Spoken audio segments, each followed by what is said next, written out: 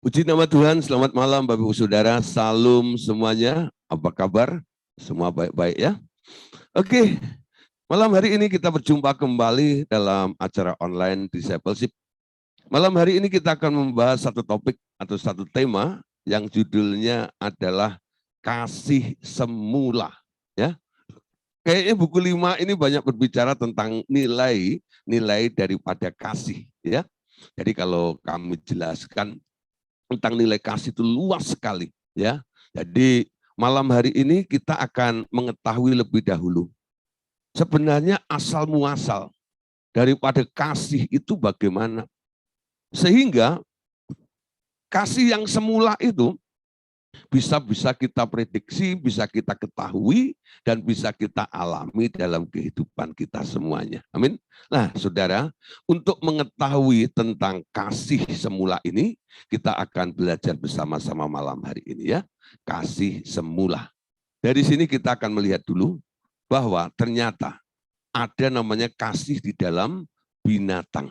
Ya, Allah Bapa berkata begini, aku ingin engkau melihat kasih yang aku taruh di dalam binatang-binatang.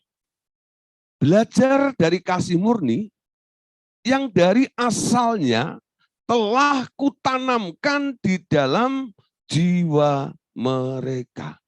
Saudara, sekarang kita melihat ya, kasih Allah itu ya, kasih itu sebenarnya bukan hanya dimonopoli dimiliki oleh manusia toh. Semua yang diciptakan oleh Allah itu mengandung unsur kasih. Kemarin sudah saya bahas ya. Penjelasannya begini. Karena yang menciptakan itu, dia mengerjakannya dengan hati, ya, dengan pikiran yang penuh dengan kasih. Jadi ketika menciptakan segala sesuatu itu, dia kasihi. Ketika semua yang diciptakan itu jadi, lalu yang menciptakan ini melihat apa yang telah diciptakan itu, hatinya mengasihi, ya. Mengasihi, karena apa? Semua yang dilakukan oleh Allah, pekerjaan Allah itu sempurna. Amin. Itu awalnya, ya. Tidak ada cacat, tidak ada kerut, tidak ada kesalahan, tidak ada kekeliruan. Itu awalnya. Sehingga Allah yang sempurna, Allah yang kudus itu, ketika melihat hasil karyanya yang sempurna juga, wah dia bangga ya, dia suka, dia mengasihi semuanya itu, ya, baik manusia maupun makhluk-makhluk yang lainnya, juga ciptaan-ciptaan yang lainnya, semuanya dikasihi oleh Allah. Amin. Nah, saudara, sekarang kita tahu karena Allah mengasihi. Nah, sekarang unsur kasih itu sekarang merasuk ke dalam semua ciptaan itu, termasuk di dalam binatang-binatang. Ya, coba Anda perhatikan, binatang itu bisa mengasihi ya, sesama binatang gitu ya. Nah, kadang-kadang dia juga bisa beradaptasi, lalu bisa mengasihi makhluk yang lain. Contoh bisa mengasihi manusia dan sebagainya. Kenapa, saudara? Karena binatang itu ternyata juga punya jiwa. Ya, nah kasih itu adanya di dalam jiwa. Ciptaan-ciptaan Allah yang memiliki jiwa, disitulah Allah menaruh kasih di dalam jiwa setiap makhluk. Ya, nah Allah Bapa memperjelas begini. Tadi kan benar. Kasih itu adanya di dalam jiwa. Ya.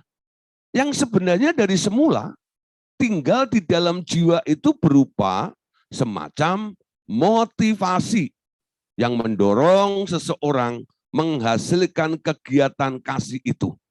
Nah, kasih semacam itu tetap tinggal juga di dalam diri seseorang walaupun sampai mereka mati. Ya. Nah, saudara, rahasia daripada orang mati itu kan minus tubuh. Roh sama jiwanya masih ada. Jadi roh sama jiwanya itu masih menyatu, ada di sana. Ya, nah mereka masih bisa merasakan, mereka masih bisa mengekspresikannya. Kalau makhluk itu atau manusia itu sebelum mati, dia didevelop atau dibentuk oleh lingkungan atau orang-orang sekitarnya, ya, diasuh dengan kebencian, jiwanya penuh dengan kebencian. Kalau diasuh atau dididik lingkungannya itu penuh dengan amarah, itu enggak, dia penuh dengan amarah juga. Nah, saudara, jiwa itu merekam ya, semua apa yang dibentuk di dalam nyawa, ya, kehidupan seseorang itu. Lalu ada di dalam jiwa itu sebagai labelnya, ya. Nah, saudara, disinilah kita mengerti, walaupun orang sudah mati, ternyata jiwanya masih mengandung unsur seperti itu. Gak heran, kadang-kadang di dalam kasus pelayanan, ya, dalam kasus pelayanan pelepasan khususnya, ya, ini bukan doktrinnya RTM, ya, saya ngomong seperti ini. Banyak orang lalu mulai menganggap RTM itu doktrinnya seperti ini, ya, maksudnya selalu ketemunya dengan roh orang mati. Kalau pelayanan lalu semuanya dibabat, pokoknya roh orang mati. Semuanya roh orang mati. Enggak, gitu ya. Kalau kami cerita seperti begini ini, ketika kami menemukan di salah satu kasus, amin, ya. Nah, sekarang saya bagikan, kita sedang berbicara, ya, bagaimana seperti Bapak tadi katakan, ketika orang itu sudah mati sekalipun, nilai kasih itu masih ada di dalam jiwa si orang. Ketika yang hidup itu sedang meradang atau mengalami kesusahan, lalu dia ingat, lalu dia mulai berpikir, ya, kalau masih ada emak enak ya, ada yang kasih duit saya. Karena emaknya dulu itu suka kasih duit. Ya, suka kasih duit. Ini cuk, duit cuk, gitu ya. Nah, jadi dia ingat tuh, ya. Pokoknya kalau kekurangan duit, ya, dia selalu datang kepada neneknya atau emaknya ini. Ketika emaknya sudah meninggal dan dia sedang mengalami krisis, gak punya duit, dia ingat, kalau ada emak enak ya. Ya, saya ingat dulu ya, nenek saya. Nenek saya itu kalau nyimpen duit bukan di bank. Ya, Anda tahu stagen, ya, itu bahasa Belandanya centing. Centing itu bahasa opo. Ya, nah, itu stagen tuh ya. Nah, itu sebenarnya fungsinya bukan hanya supaya apa namanya, kain yang melilit untuk roknya itu supaya nggak melorot, itu bukan, ternyata itu deposito. Ya, wah saudara, dililit begitu, nanti ujungnya itu nanti disimpul, ya, di dalam simpulnya itu ternyata ada hartanya. Nah, saudara, saya cucu yang paling jeli, ya. Nah, saya paling dekat dengan nenek saya, ya. Setiap saya butuh duit, saya kitik-kitik dia ini. Ini dia, ini dia. Akhirnya saudara itu ya, simpul itu terbuka. Simpulnya terbuka. Menunggulah, gitu ya. Kricik. Nah, dapat yen, dapat duit, gitu ya. Lah, saudara, nenek saya suka kasih duit, ya. Lah, ada orang-orang yang punya pengalaman seperti itu. Ketika neneknya atau emaknya meninggal, lalu dia mulai mencari figur atau orang yang bisa memberi seperti neneknya itu, tapi nggak menemukannya. Semua orang di sekitarnya pelit, bin medit semuanya, ya, alias kikir, ya. Lah, dia mikirnya gini, kalau masih ada emak kan enak, ya. Nah, saudara, ternyata satu kali dia kemasukan roh orang mati. Neneknya bisa turun. Kenapa? Kasihnya itu ditarik. Karena jiwa orang mati itu ternyata masih menyimpan unsur kasih. Ketika disedot oleh orang hidup ini, nah di alam roh itu dia bisa, ya, bermanifest.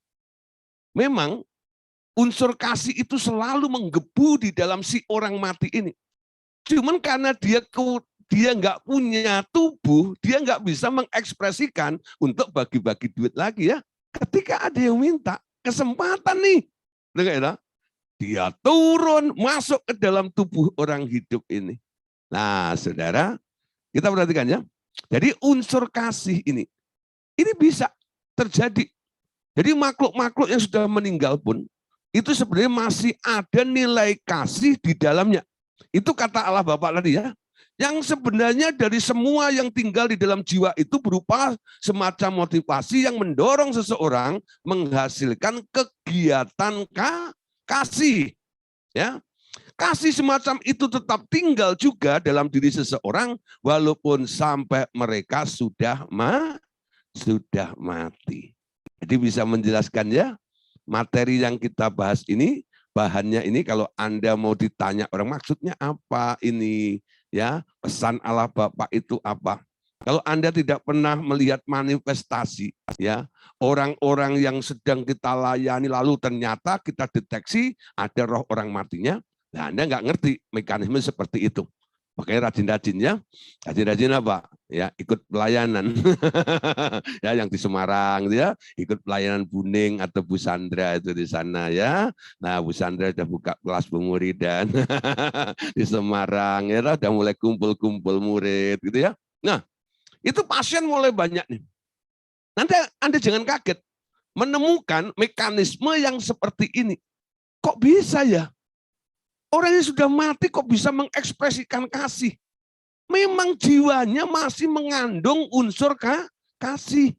Karena Allah Bapa itu menaruh nilai kasih itu adanya di dalam jiwa segala makhluk. Amin.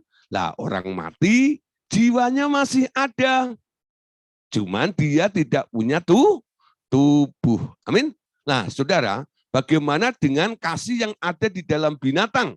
Nah, Allah Bapa juga menjelaskan, binatang pun memiliki kasih sejenis yang tinggal di dalam jiwanya. Perhatikan bagaimana mereka mengasihi keluarganya sendiri dan melindungi keluarga itu dengan segenap kekuatan yang mereka miliki. Ya, jadi binatang memiliki kasih yang tinggal di dalam jiwanya. Nah, binatang punya jiwa enggak? Punya. Punya tubuh enggak? Punya. Itu enggak ya? Nah, daging ayam itu kan tubuhnya ayam, itu enggak ya? Daging sapi itu tubuhnya sapi. Sapi, ayam, itu burung-burung itu punya tubuh, dia juga punya jiwa. Amin. Nah, ada satu nih yang kadang-kadang orang bingung, apakah binatang punya roh? Punya sebenarnya. Tapi intelijensinya rendah, tidak seperti manusia. Ya, nah binatang tidak bisa memuji Tuhan. Ya, itu bedanya. Kalau manusia bisa. Kenapa? Rohnya itu kualitasnya jauh lebih mulia daripada roh yang ada di dalam binatang-binatang itu. Tapi kalau dikatakan binatang punya jiwa, sama seperti manusia punya jiwa juga. Amin. Karena apa? Jiwa itu sebenarnya sebuah kantong, ya. Nah, isinya apa? Tergantung ketika dia hidup. Dalam kehidupan ini dia dibentuk oleh lingkungannya dengan situasi apa? Kalau dibentuk dengan kasih, sering banyak orang mengasihi dia, memperhatikan dia, jiwanya penuh dengan kasih. Tapi kalau terus dimaki-maki, dibenci, jiwanya penuh dengan kebencian, jiwanya penuh dengan dendam, jiwanya penuh dengan kejengkelan, dan sebagainya juga. Nah saudara, sekarang kita mengerti ya, karena binatang punya jiwa, binatang itu punya kasih. Dia mengasihi keluarganya, ya. Contoh di sini, ya, seekor burung, ya. Nah, induk burung akan menyabung nyawanya demi anak-anak burung yang mereka rami. Kasih yang ada di dalam hati mereka sejak semula diciptakan. Kasih menjaga agar keturunan mereka tak punah. Ya, nah saudara, kita perhatikan ya kalau burung-burung itu, ya dia mengerami telurnya, lalu menetas. Itu burung cari makan. Bukan untuk dirinya sendiri. Ya, dia bawa pulang ke tempat sarangnya itu. Untuk siapa? Untuk keluarganya. Nah, mirip dengan manusia ya. Ya. Nah, orang kalau sudah berkeluarga, punya istri, punya anak, lalu mulai bekerja ya, cari duit, ya, dapat rezeki, dapat makanan, nggak dihabisin di tempat kerjanya, dia sisain, lalu dibawa pulang. Kalau ditanya, buat siapa itu? Buat apa itu? Oh, buat keluargaku, buat anakku, buat istriku. Ya, nah saudara, dia punya kasih. Burung-burung pun seperti itu. Dia menyabung nyawanya demi anak-anak, ya, anak-anaknya burung yang dierami itu. Dia rela terbang kemana mencari makanan itu, ya, sampai nyolong padinya Pak Tani, dipatok lalu dibawa ke sarangnya, patok bawa ke sarangnya, gitu ya.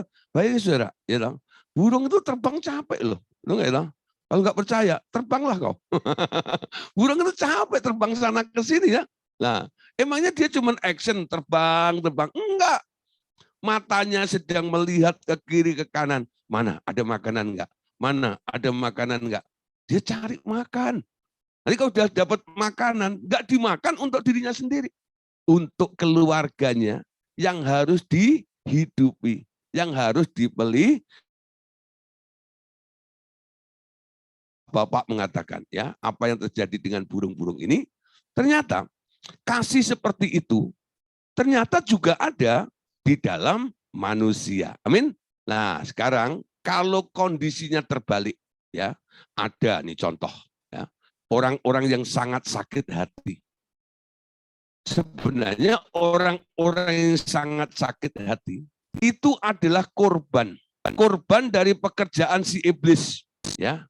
Kebencian yang dari si iblis mengatasi kasih yang di dalam mereka. Jadi kalau ada manusia yang benci, sebenarnya itu bukan ide gagasan Allah. Allah yang menciptakan Anda tak pernah menaruh kebencian di dalam jiwamu. Ya, dia mengisi jiwamu dengan kasih.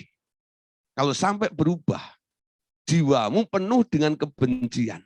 Artinya, kebencian yang dari si iblis itu melampaui atau mengatasi kasih yang Allah taruh di dalam dirimu. Amin. Nah, saudara, sekarang tergantung kita. Anda mau merespon yang mana? Kalau Anda merespon ajakan si iblis, Anda akan mengisi jiwamu dengan hal-hal yang buruk. Dan nilai kasih itu akan pudar, akan hilang dari dalam kehidupan kita. Pak, tapi godaan si iblis itu sangat hebat loh. Ya, gencar sekali. Tapi Tuhan katakan begini kepada Kain, ya. Kain, dengarlah. Dosa sudah mengintip di depan pintu. Tapi kamu harus berkuasa atasnya. Amin. Jadi sebenarnya ada potensi dari dalam diri kita ini untuk menolak ajakan si iblis. Jadi kita nggak boleh terus menyalahkan si iblis. Habis iblis sih ngajak saya.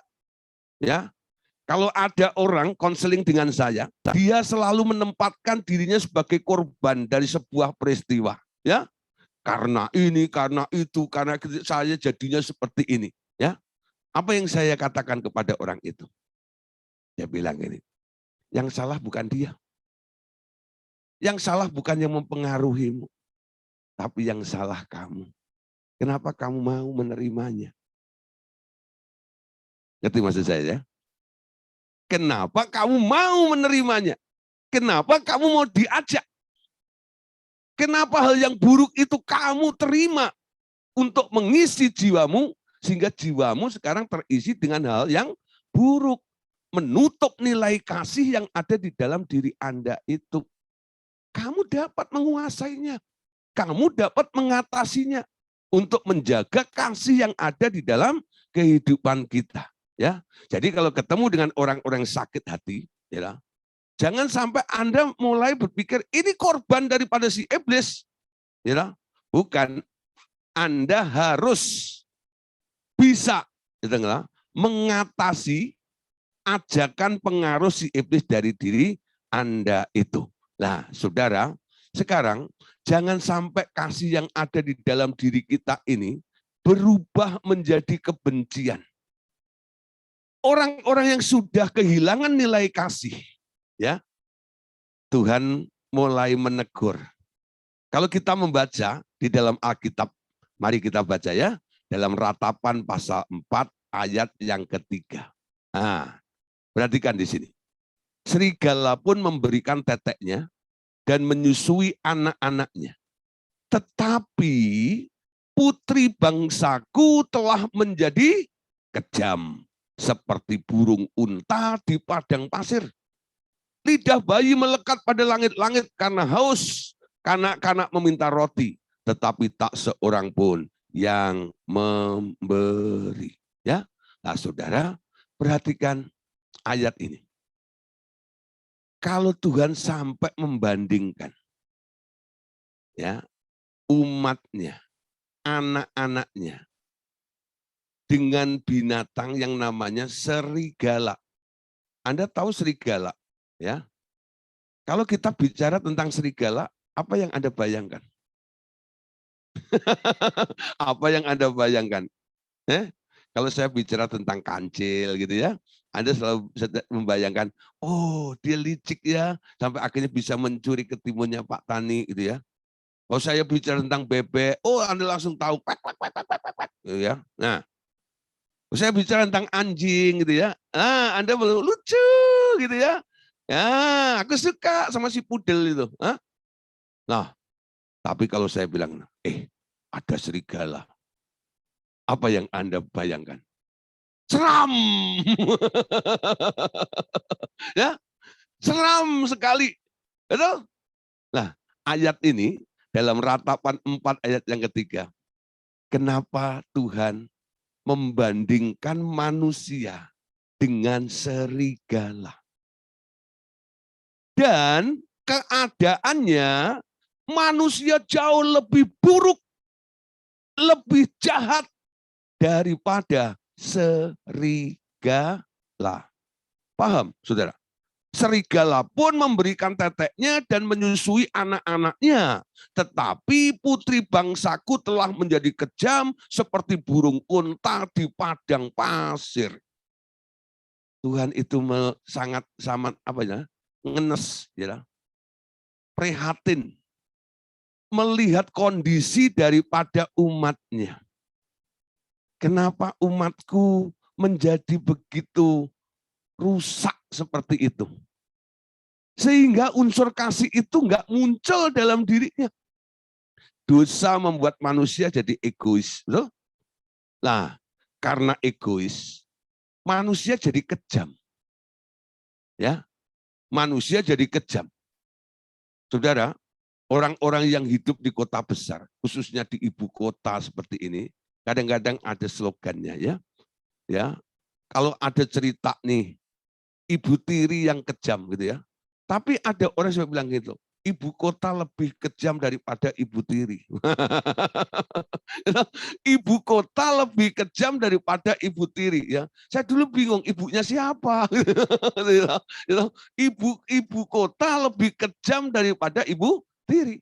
Kalau kita dengar cerita ibu tiri kayak Cinderella gitu ya, kalau macam gitu loh. Ih, gemes juga ya sama ibu tiri itu. Itu enggak ya? Ibu tiri kayak begitu loh. Tapi saudara Anda lihat, katanya ibu kota lebih kejam daripada ibu tiri. Kenapa saudara? Karena orang-orang di ibu kota ini sekarang hidup bermasyarakat gotong royongnya sudah mulai kurang. Enggak kayak di kampung ya. Di kampung orang pindahan rumah, bangun rumah itu mereka bisa satu kampung itu ya merelakan meluangkan waktu untuk apa? Nah, rame-rame membantu bersama-sama. Tapi di ibu kota, coba. Orang-orang Jakarta khususnya, Orang Jakarta tuh lugu banget. Anda tahu lugu? Lulu gue. Itu lugu. Gitu. Lu gue. Lulu gue. Itu enggak gitu. Nah, urusanmu apa?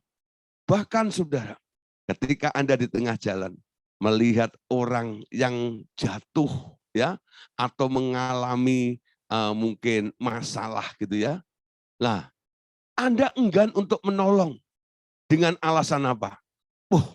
Nanti dikira saya yang mukulin dia. Gitu ya. Nah, karena memang ada peristiwa-peristiwa seperti itu. Nah, saudara, ini Anda lihat kondisinya seperti itu. Inilah yang membentuk situasi, inilah yang membentuk manusia jadi kehilangan norma kasih di dalam dirinya itu. Untuk mengasihi itu selalu ada spekulasinya. Kalau aku mengasihi, akibatnya apa? Dampaknya apa? Ya, lama-lama dia bilang gini, kalau aku mengasihi, untungnya apa? Ayo, benar enggak? Tindakan ekspresi kasihmu selalu Anda olah. Bukan sesuatu yang otomatis keluar dari dirimu. Ya, padahal itu naturalnya manusia itu seperti itu. Ditaruh nilai kasih di dalam jiwamu supaya engkau hidup di dalam kasih. Tapi sekarang sangat sulit untuk mengekspresikan kasih itu. Nah, ketika Tuhan melihat keadaan umatnya pada waktu itu, sudah sangat egois dan menjadi kejam. Dia sindir itu umatnya. Serigala pun memberikan teteknya dan menyusui anak-anaknya. Tetapi putri bangsaku telah menjadi kejam. Seperti burung unta di padang pasir. Nah, saudara, sekarang jangan sampai kasih yang sudah Bapak taruh di dalam dirimu itu hilang begitu saja. Dilibas oleh keadaan. Dilibas oleh tuntutan-tuntutan yang ada, yang Anda alami, yang terjadi di dalam kehidupan kita. Dalam Nahum pasal 2 ayat 12, kita baca ayat ini.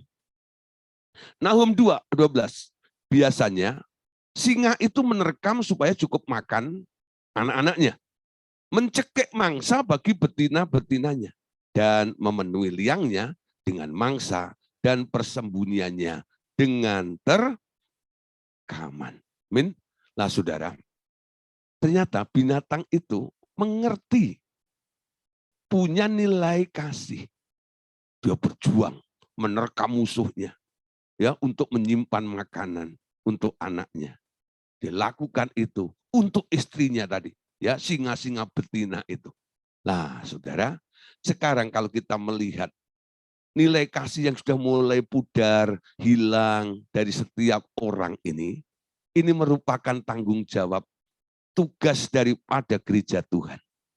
Oleh sebab itu, Allah Bapa berpesan pagi malam hari ini. Dia katakan begini, tugas dari hamba-hambaku adalah menolong orang menemukan kasih semula itu. Pemulihan kasih itu mengakibatkan mereka mengenal aku kembali dan mendorong mereka kembali kepadaku. Ya, jadi sekarang kita sadar, tugas dari seorang hamba Tuhan adalah untuk menolong orang-orang itu menemukan kasih yang semula itu. Ada orang yang sudah terlanjur benci. Ada orang yang sudah terlanjur marah. Nggak bisa mengampuni. Nggak bisa melupakan. Nggak bisa memaafkan. Ya, ketika kami layani, dia sudah terlalu pahit. Nggak bisa, Pak.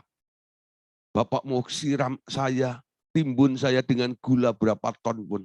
Yang begitu manis. Itu tak bisa mempengaruhi, mengubah pahitnya hati ini. sakitnya hati ini. Nyanyi begitu. Ya, tambah lagi sakitnya tuh di sini. Sakit disimpan. Sakit dibanggakan. Malah dipamerkan. Monyong-monyong gitu ya, ditanyain. Kenapa Bu Sandra monyong-monyong? Oh, Pak Gidon nggak tahu aja. Sakit tahu. Sakit, sakit. Ayo ya, kalau Anda doain orang, ada nanti orang-orang yang modelnya seperti itu. Minta dibelas kasihani, minta dibela. Pak, sakit Pak, sakit Pak. Ketika Anda melihat orang seperti itu, tugas hamba Tuhan apa? Menolong orang menemukan kasih yang semula itu. Anda bisa mengerti orang yang di depan Anda itu sedang kehilangan kasih yang di dalam jiwanya itu. Kasihnya tertutup. Ya, dengan segala situasi, dengan keadaan, yang dia sedang rasakan dan alami saat itu. Nah, saudara, kita harus bisa menolong orang itu untuk menemukan kembali kasih yang ada di dalam dirinya. Saya selalu ngotot begini. Sesakit apapun hatimu, kamu harus tetap mengampuni. Ya, semarah-marahnya kamu pun, kamu harus bisa memaafkan dia. Pak, tapi nggak bisa. Semut aja diinjak gigit, Pak. Apalagi Pak Daryanto.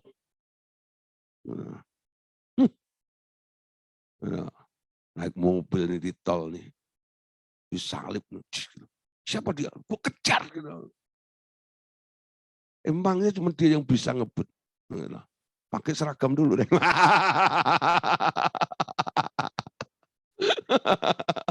Pernah curhat.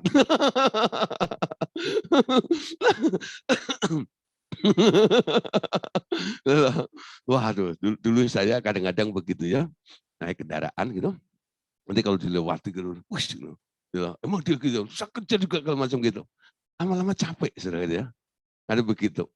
Terus saya ngomong sama teman saya, ya teman saya itu waktu itu baru persekutuan di Greenville. Nah itu dia yang punya variasi mobil-mobil gitu, Varia baru namanya ya. Nah dia cerita begitu. Lalu istrinya bilang gini, namanya Buliana itu, Gideon, saya dulu juga begitu, nganter anak sekolah gitu ya. Udah gini-gini segala macam, dipepet segala macam, dia ngebut kayak nggak kurang kerjaan, nggak punya aturan seperti itu. Panas, setiap hari panas. Gitu. Setiap mau berangkat nganter anak sekolah, gitu. Itu sudah kepikiran.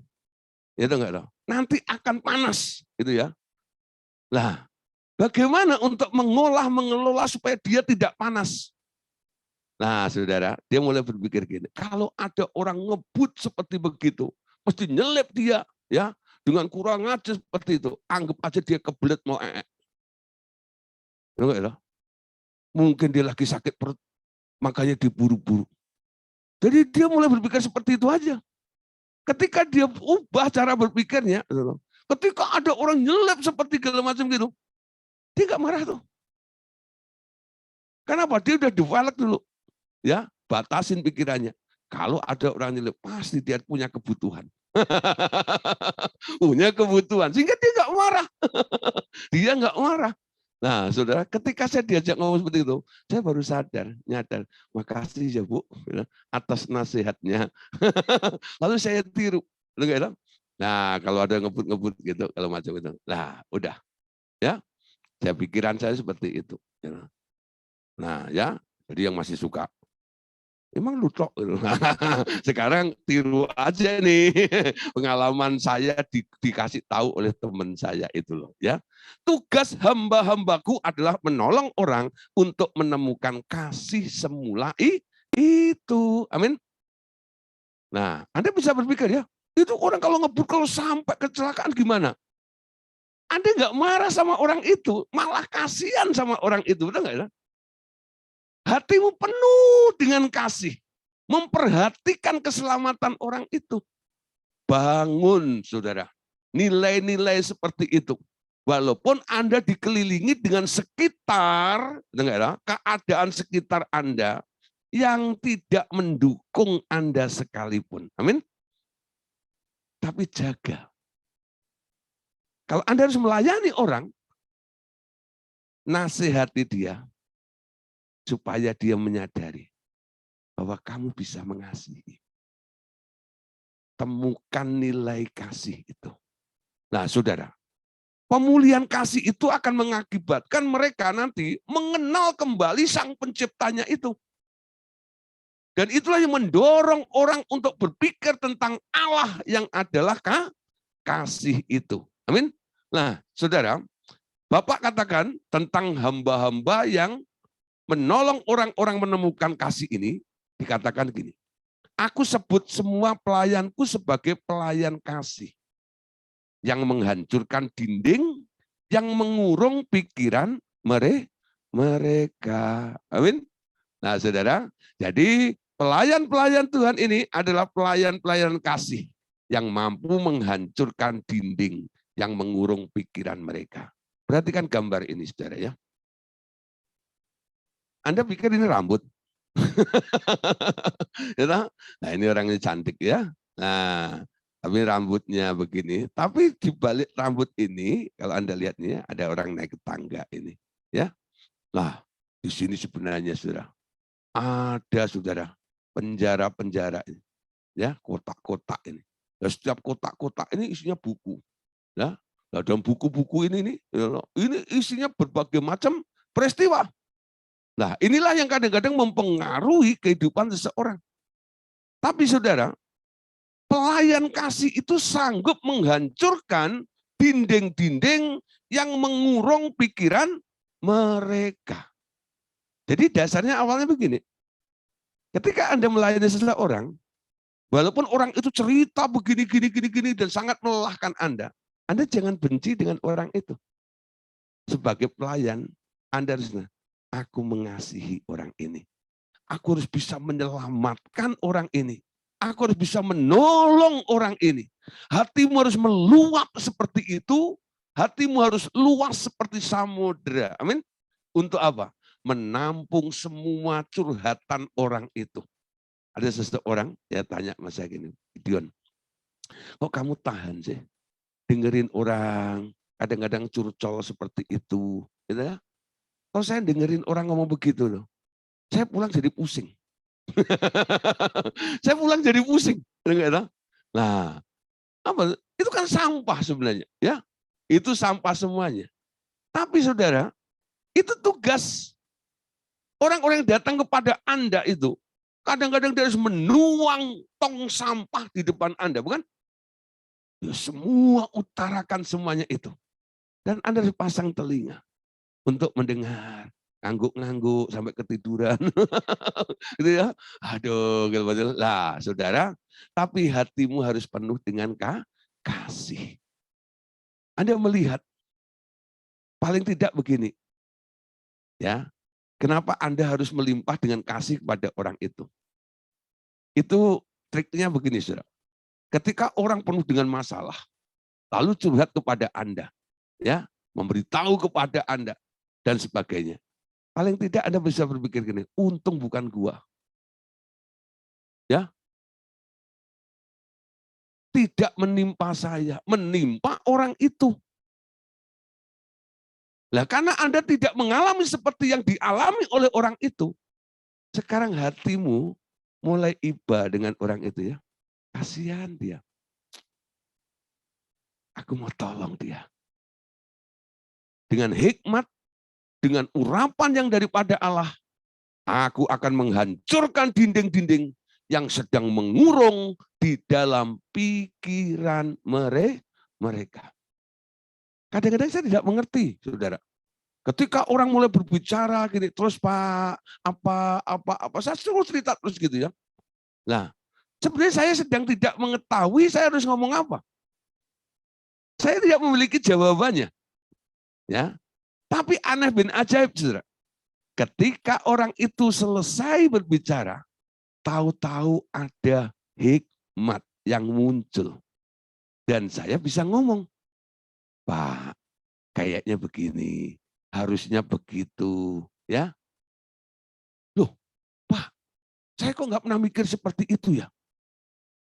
Dalam hati saya nih, aku juga nggak pernah mikir begitu. Dari tadi kamu ngomong gitu sebenarnya saya juga bingung mikir apa, udah gitu. Tapi setelah kamu berhenti berbicara, ternyata Tuhan memberikan hikmat untuk saya sampaikan kepada orang itu. Itu bukan pikiran saya, ya. Tapi karena saya punya hati untuk mau mendengarkan, saya punya hati untuk menerima orang yang punya masalah itu. Nah, Tuhan memberikan ya modelnya. Untuk apa? Untuk engkau bisa menangani kasus demi kasus dari setiap orang yang sedang Anda layani itu. Amin. Nah, saudara, sekarang perhatikan. Kasih itu punya kuasa yang luar biasa. Sehingga bisa menghancurkan dinding-dinding yang mengurung pikiran seseorang. Kuasa kasih itu akan bertumbuh di dalam hamba-hambaku yang dengan patuh melayani aku dan menjadi utusan-utusan kasih. Amin. Pastikan motivasi dalam melayani Tuhan cuma satu. Karena Anda mengasihi jiwa-jiwa, karena Anda mengasihi Tuhan. Amin. Bukan untuk yang lainnya. Ya, bukan untuk mendongkrak, untuk memperbesar organisasi Anda. Tapi ini satu, semua itu aku lakukan. Karena kasih. Yesaya 61 ayat 1 sampai ayat yang ketiga. Ya. Roh Tuhan Allah ada padaku, oleh karena Tuhan telah mengurapi aku. Ia telah mengutus aku untuk menyampaikan kabar baik kepada orang-orang sengsara dan merawat orang-orang yang remuk hati, untuk memberitakan pembebasan kepada orang-orang tawanan dan kepada orang-orang yang terkurung, ya, kelepasan dari penjara. Terus ayat 2, untuk memberitahukan tahun rahmat Tuhan dan hari pembalasan Allah kita, untuk menghibur semua orang yang berkabung. 3, untuk mengaruniakan kepada mereka perhiasan, kepada kepala ganti abu, minyak untuk pesta ganti kain kabung, nyanyian puji-pujian ganti semangat yang pudar, supaya orang menyebut mereka pohon terbantin kebenaran, tanaman Tuhan untuk memperlihatkan keagungannya. Saudara, perhatikan ya. Ini ayat pernah dikutip oleh Tuhan Yesus. Ketika Tuhan Yesus berkhotbah di sinagog, ya, awal-awal pelayanannya dia diberi kepercayaan untuk khotbah di sinagog, ya, rumah ibadat orang Yahudi. Di situ dia mengutip Yesaya 61 ayat 1 sampai 3. Dia berkata, Roh Tuhan Allah ada padaku.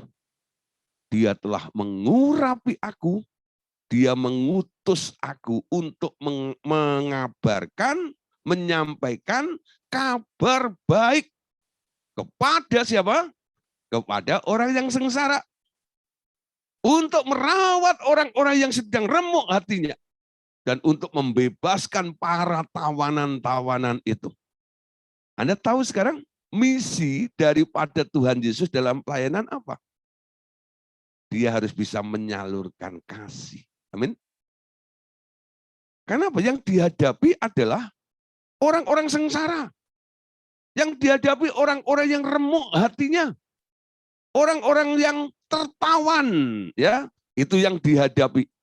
Lalu yang dikerjakan oleh Tuhan Yesus apa? Dia beritahukan tentang rahmat Tuhan dan pembebasan sehingga membuat pembebasan terjadi bagi orang-orang yang sedang terkurung itu. Ya, dia mengubah kain kabung itu menjadi kain pesta. Ratap diubah menjadi tari-tarian. Semangat yang pudar diubah oleh dia menjadi apa? Puji-pujian bagi kemuliaan namanya.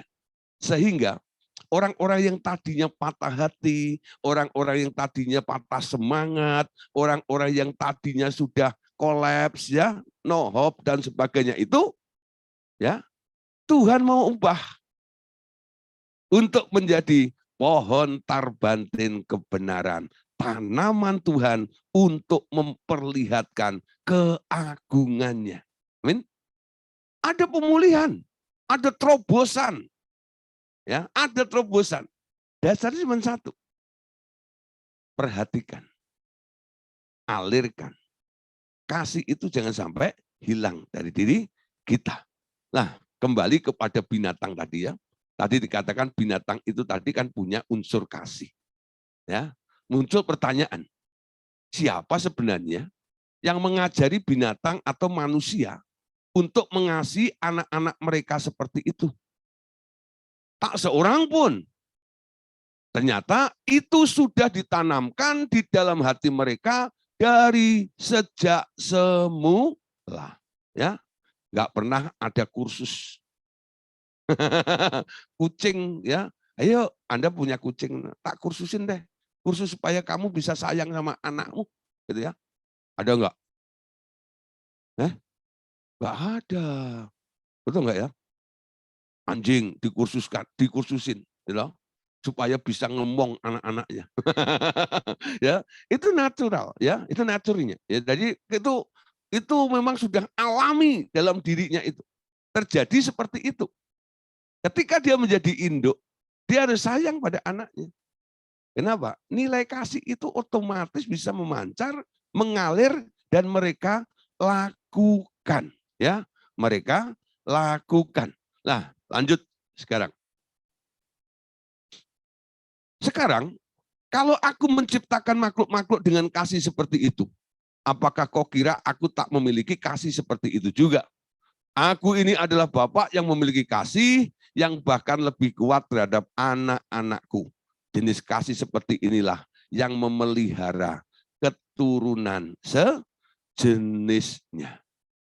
Ya, jadi kalau Anda lihat sampai hari ini, Tuhan itu terus memberikan kesempatan untuk orang bertobat.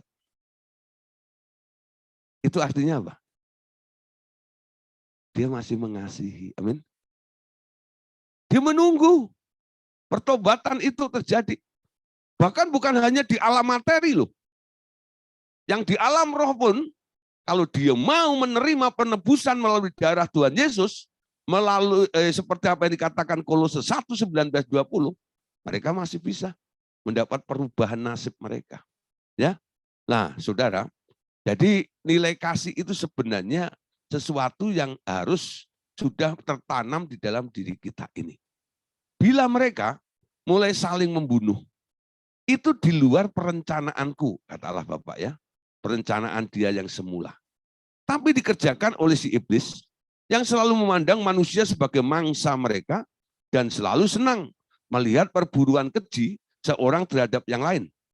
Ya, sampai semua turunan manusia itu kalau bisa hancurkan. Jadi iblis, ya, dalam Yohanes 10 ayat 10 itu ada dua pribadi yang datang, ya. Yesus katakan gini, aku datang untuk memberikan hidup yang berkelimpahan, ya. Tapi ya bagian A-nya, pencuri datang untuk mencuri, membunuh dan membinasakan. Siapa yang disebut pencuri itu? Si iblis. Ya, dia memang motivasinya cuma satu. Kalau bisa semua makhluk ini gua rusak semuanya. Kalau bisa semua makhluk ini aku hancurkan semuanya. Kalau bisa semua makhluk ini aku binasakan semuanya. Tapi hatinya Bapak cuma satu. Aku tetap mengasihi mereka. dan aku tetap mau menyelamatkan mereka. Amin. Itu bedanya. Nilai kasih di dalam Bapa ini tak pernah berubah sampai kapanpun juga. Karena apa? Kalau sampai berubah, dia tidak pantas disebut sebagai Bapa yang maha kasih. Amin. Anda nggak bisa katakan God is love. Allah adalah kasih. Kalau dia nggak mengasihi, berarti dia bukan kasih. Amin. Tak pernah hilang kasihnya. Sampai kapanpun juga. Matius 10 ayat 21. Ya. Orang akan menyerahkan saudaranya untuk dibunuh. Demikian juga seorang ayah akan anaknya, dan anak-anak akan memberontak terhadap orang tuanya dan akan membunuh mereka. Saudara, sekarang Anda bisa melihat kejahatan di sekitar Anda. Ya, ada anak bunuh orang tuanya. Orang tua bunuh anaknya. Itu sebenarnya sudah ditulis sejak zaman Tuhan Yesus. Nanti orang akan menyerahkan saudaranya untuk dibunuh. Demikian juga seorang ayah akan anaknya. Dan anak akan memberontak terhadap orang tuanya. Dan akan membunuh mereka. Nah, tinggal tunggu waktunya. Ketika kasihnya habis, dia nggak bisa mengampuni. Dia ikutin polanya si iblis. Aku datang untuk mencuri, membunuh, dan membinasakan. Gua bunuh lu. Nah, orang yang membunuh sesamanya itu dia sekarang ikut polanya si iblis. Amin. Tapi kalau Anda sebagai pelayan kasih, Anda mengasihi orang-orang sekitar Anda sedang meneladani apa yang saat ini. Yohanes 8 ayat 44. Baca. Kamu berasal dari bapakmu, yaitu iblis. Dan kamu ingin melakukan keinginan-keinginan bapakmu. Ia adalah pembunuh manusia sejak semula. Dan tidak ada hidup di dalam kebenaran. Sebab di dalam dia tidak ada kebenaran. Apabila ia berkata dusta, ia berkata dari dirinya sendiri. Sebab ia adalah pendusta dan bapak dari semua pendusta. Amin. Ya saudara, sekarang kita tahu kalau orang berbuat jahat, bapaknya siapa? Siapa di sini anaknya Allah Bapa? Coba angkat kaki, angkat tangan. Siapa di sini anaknya Allah Bapa? Bapakmu itu penuh kasih loh. Kalau kamu anaknya, kamu harus hidup dalam kasih. Kamu harus bisa mengasihi seperti bapakmu mengasihi, betul? Itu takdirmu. Karena apa? Dia panutannya seperti itu. Dia bapakmu. Bapak itu ikut anaknya. Ya, orang Jawa bilang tuh ya, kacang orang ninggal no lanjaran. Nah, itu bahasa roh. Ya, nggak ngerti pasti Bu Sandra nggak ngerti. Kacang ninggalin tidak akan meninggalkan lanjaran. Lanjaran itu apa? Jadi kalau Anda menanam kacang panjang itu ya, nah kacang panjang itu kan pohonnya kan lemes ya. Nah, para petani itu dia ambil bambu gitu ya.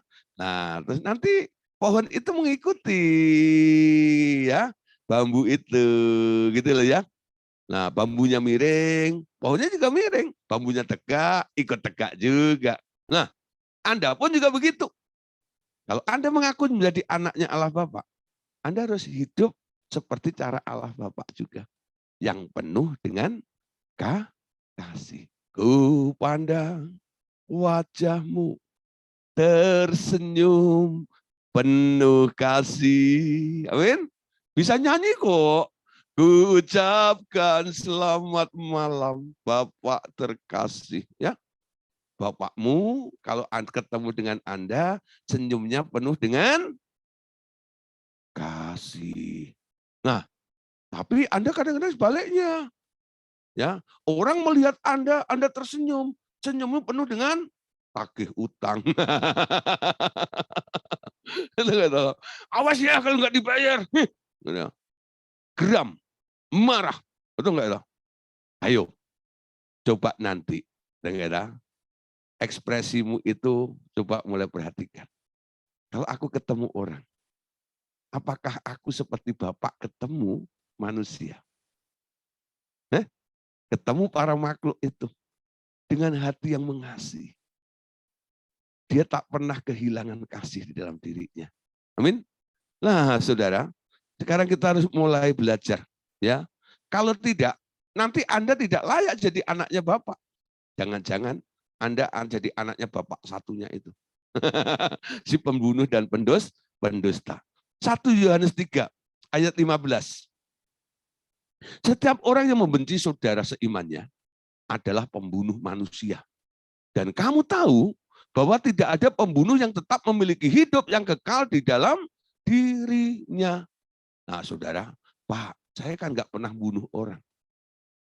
Tapi benci terhadap seseorang. Itu hukumnya sama dengan pembunuh. Ya. Ketika Taurat diturunkan, hukum yang ketujuh bunyinya, jangan membunuh. Tuh. Ketika hukum anugerah diucapkan oleh Tuhan Yesus, jangan kamu marah. Ya, jangan kamu benci. Marah, benci, sama dengan membunuh. Bahkan kadang-kadang lebih kejam. Ya, gini contoh ya. Ada orang yang Anda benci. Padahal orang yang masih hidup. Lalu lalang di sekitar Anda. Tapi Anda sudah anggap dia mati. Karena Anda benci. Itu sangat melukai. Itu kalau bisa bilang, orang itu bilang gini, lebih baik lu bunuh gua aja. Daripada lu pandang gitu, saya masih hidup tapi lu anggap mati saya. Betul nggak? Ngerti maksud saya, saudara? Itu lukanya lebih parah daripada ditusuk sekaligus mati gitu. Ayo siapa yang pernah ngalami begitu? Pasti pernah ada ya. Ya, lah saudara, itu yang kejadian seperti itu. Jadi Yohanes katakan setiap orang yang membenci saudara seimannya adalah pembunuh manusia. Nah, saudara, kasih itu jangan sampai hilang. Tuhan selalu care, dia melihat keadaan Anda. Ketika kondisi Anda mulai redup, mulai mau pudar kasihmu, ya, dia akan datang memeluk engkau, dia mau datang memulihkan dan mau mengembalikan kasih itu di dalam diri Anda. Nah, saudara, kasih yang mulai pudar, itu Alkitab mengatakan seperti sumbu yang pudar nyalanya. Ya, kasih yang semula itu adalah sumbu yang masih berasap. Yang aku katakan dalam kitab Yesaya dan juga di dalam kitab Matius. Di situ dikatakan buluh yang patah terkulai dan sumbu yang pudar nyalanya adalah sisa-sisa hidup itu masih ada di dalam diri seseorang. Ia akan menemukan jalan keluar dan mengalami pemulihan.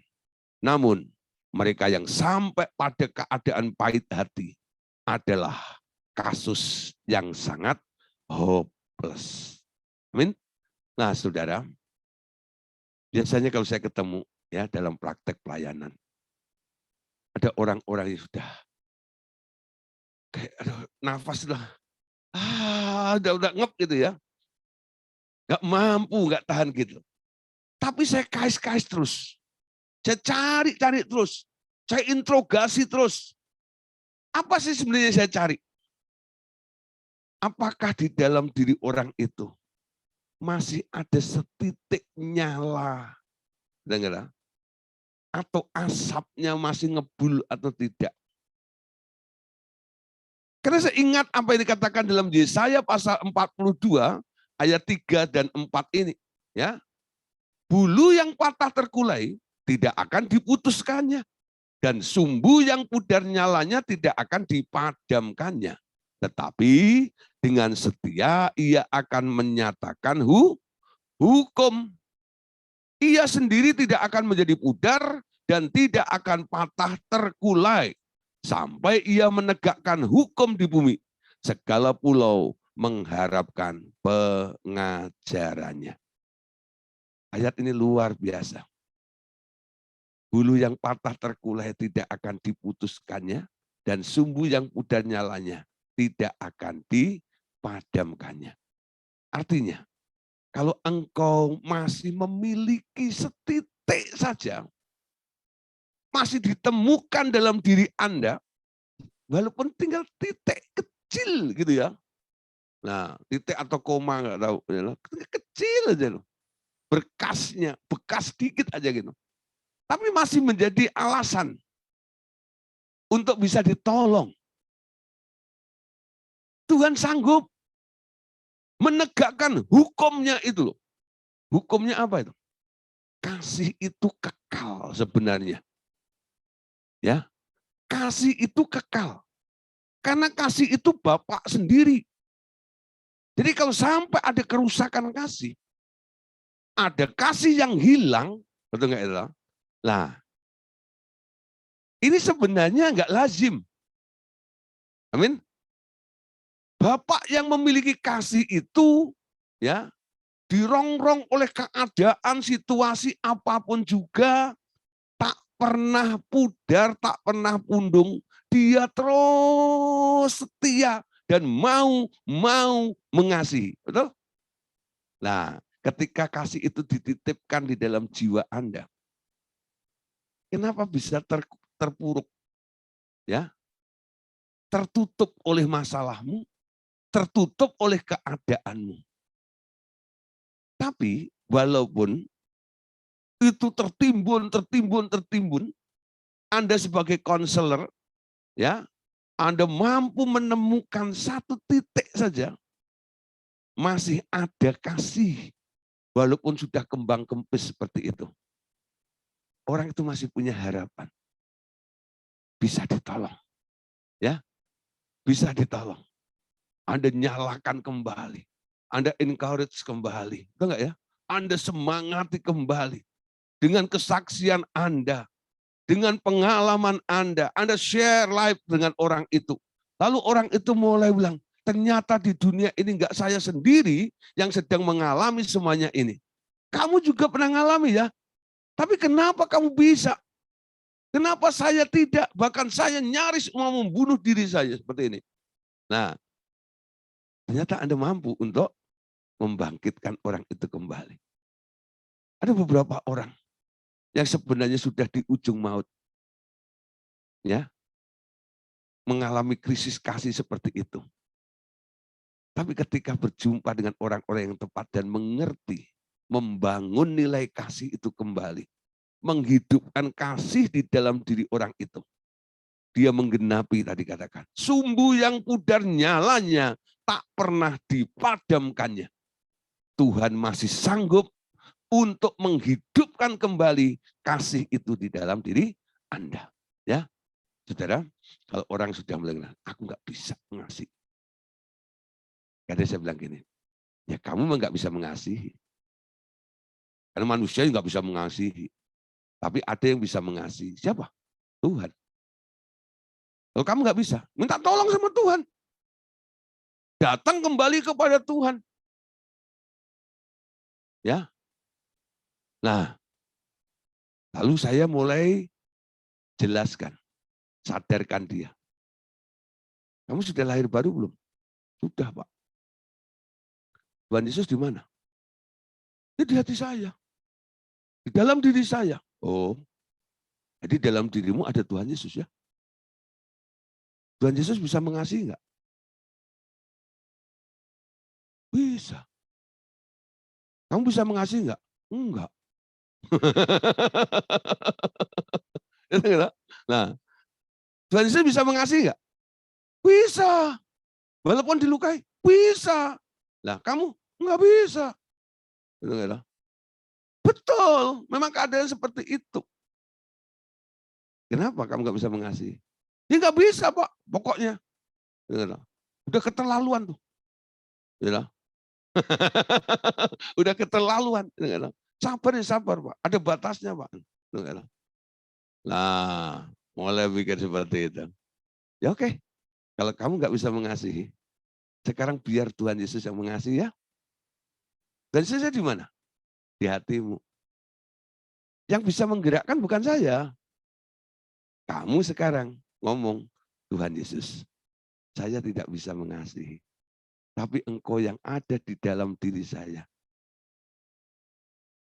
Silahkan mengasihi orang itu. Ya. Nah, Tuhan Yesus akan pakai mulutnya dia untuk mengasihi. Aku mengasihimu ya, gitu ya. Itu saudara maksud saya. Dia nggak bisa menggerakkan dirinya, menggerakkan mulutnya untuk bilang, aku mengasihimu ya, gitu ya. Tapi ketika dia sadar ada Yesus di dalam dirinya yang bisa mengasihi, dan Tuhan Yesus mau menyatakan kasihnya kepada orang itu, mau nggak mau orang itu harus ngomong. Aku mengasihimu ya, walaupun matanya masih melotot. Waduh, jengkelnya masih ada ini ya. Tapi mulutnya udah mulai. Ya, aku mengasihimu ya, aku memaafkanmu ya. Itu lah. Loh, saudara, lama-lama ya, kemauan yang dibangun itu nanti akan mempengaruhi dirinya. Aliran kasih itu bukan hanya saja mengalir kepada orang yang dia omongin itu. Oh, aku sudah dimaafkan, aku dikasih gitu. Dia bilang kan, dia yang ngomong tadi itu, sekarang dia mengalami kasih juga, betul? Coba begini ya, umpama ada satu tempat ya, gelas atau ember lah di sini gitu ya, yang kosong, butuh dikasihi, butuh air ya. Di sini, manusia ini itu kayak sedotan yang yang kering gitu loh, nggak mampu mengalirkan air, ya, atau selang yang nggak mampu mengalirkan air, tapi nancep sekarang ke mata air. Lalu dari mata air itu membual. Mata air itu mau mengalir di ember yang kosong itu. Dia melalui selang itu. Embernya basah bukan? Kena air ya. Selangnya kena air enggak? Selangnya seger enggak? Ya, ketika dia mampu ngomong walaupun itu bukan kasihnya, dia enggak punya krisis. Ya, tapi karena dia pakai kasihnya Tuhan Yesus itu untuk mengasihi orang itu, dia juga dikasihi Tuhan. Kasih yang ada di dalamnya ini seperti sumbu yang tadinya sudah mau mati, ketika dilewatin api, kesamber, udah enggak?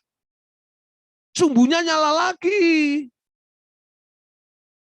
Dia akan memahami dan mengerti tentang nilai kasih.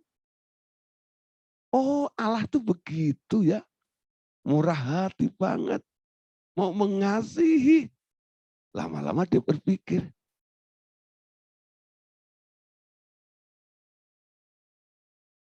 Lalu mulai menghidupkan kembali kasihnya. Aku harus bisa kayak Tuhan. Mengasihi lagi. Semangatnya mulai baru. Ya, sumbu yang udah nyalanya tidak akan dipadamkan. Tetapi dengan setia ia akan menyatakan hukumnya. Ia sendiri tidak akan menjadi pudar dan tidak akan patah terkulai sampai ia menegakkan hukum di bumi. Segala pulau mengharapkan pengajarannya. Coba nanti renungkan kembali Yesaya 42 ayat 3 sampai 4. Ya, sambil nyanyi dulu. Bulu yang terkulai takkan dipatahkannya. Ya, sumbu yang nyalanya padam tidak akan dipadamkannya. Nah, udah dikubah jadi sebuah syair lagu bagus. Nyanyikan juga itu. Apa artinya Roh Kudus? Aku mau mengalami seperti itu. Mungkin saya tidak sedang seperti sumbu yang pudar nyalanya. Tapi saya dipanggil untuk menjadi seorang hamba Tuhan yang menyalakan kembali sumbu-sumbu yang mulai pudar nyalanya. Target ada di sekitar Anda. Entah itu suamimu, entah itu istrimu, entah itu anakmu, entah itu tetanggamu, atau orang-orang di sekitar Anda.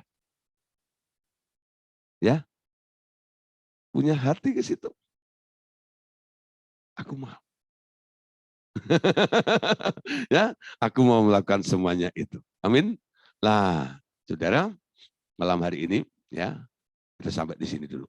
Ya, besok kita akan lanjutkan pelajaran kita. Bagaimana kasih yang diberikan oleh Bapa itu. Wow, saudara. Kita akan lebih dalam untuk melihat kasih yang semula itu seperti apa.